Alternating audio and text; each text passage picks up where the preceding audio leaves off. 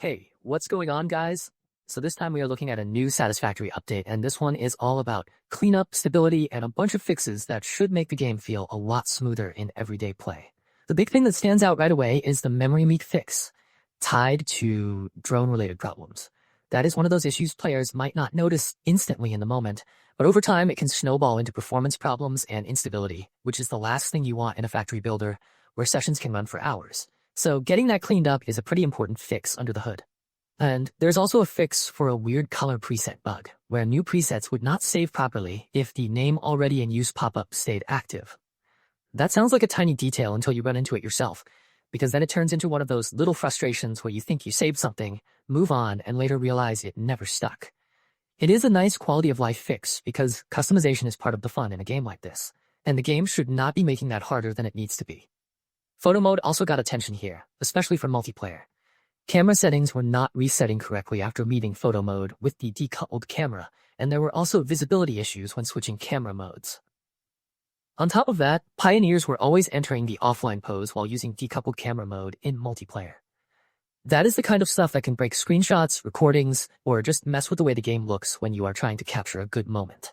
So if you like taking photos of your factory or showing off a build with friends, that part of the update is a welcome fix. There was also a fix for milestone progression icons not refreshing correctly when the small game progression slot size HUD option was toggled. That sounds niche, but it matters because UI issues can be surprisingly annoying once they pile up. You do not want the interface lying to you or failing to update when you change an option. The same goes for the recipe cost issue, because the x1.75 recipe cost multiplier was causing liquid recipe costs to become 0, which is obviously not how that setting is supposed to behave. That kind of bug can throw off balance in a big way, so fixing it keeps the game logic consistent. Controller players got a solid round of fixes too. The MAM tooltip issue, the join game confirm action problem, and the keyboard behavior on consoles all point to the same general idea, which is that the game needed a bit more polish around input handling. In one case, virtual keyboards were not opening and closing correctly in text fields while a keyboard was connected on consoles. In another, multi-line text fields were allowing gameplay actions while typing with a keyboard on consoles, which sounds like a perfect recipe for accidental inputs and frustration.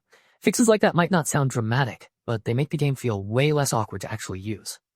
There's also a really specific crash fix for PS5, tied to UFG blueprint function library, plus a separate bug where the inventory could become unusable after interacting with a Lizard Doggo. That second one is especially rough because inventory problems can stop your progress cold. When your inventory breaks, everything gets clunky fast, so seeing that addressed is a big win for console and general gameplay stability. Steam Deck players were not left out either. The update applies multiple fixes for incorrect default settings on Steam Deck, and also fixes the to-do list text size there. That is one of those platform-specific polish passes that can make a huge difference if that is how you play. When defaults are off, the whole experience can feel slightly wrong from the start, even if you cannot always explain why. Cleaning that up helps the game feel more native on the device. And then there's the localization side of things. All supported languages were updated with the latest translations, language completion rates were improved, and the credits were updated too. That is not the kind of thing most players will notice in a dramatic way, but it is part of making the whole release feel current and properly maintained. It also shows that this update is not just about crashes and bugs, it is also about keeping the wider presentation in shape. So overall, this update feels like a cleanup pass that focuses on stability, input issues, multiplayer camera behavior, console polish, and some UI annoyances that were probably driving players crazy in small but real ways. It is the kind of update that does not need fireworks to matter, because a lot of the best updates are the ones that quietly make the game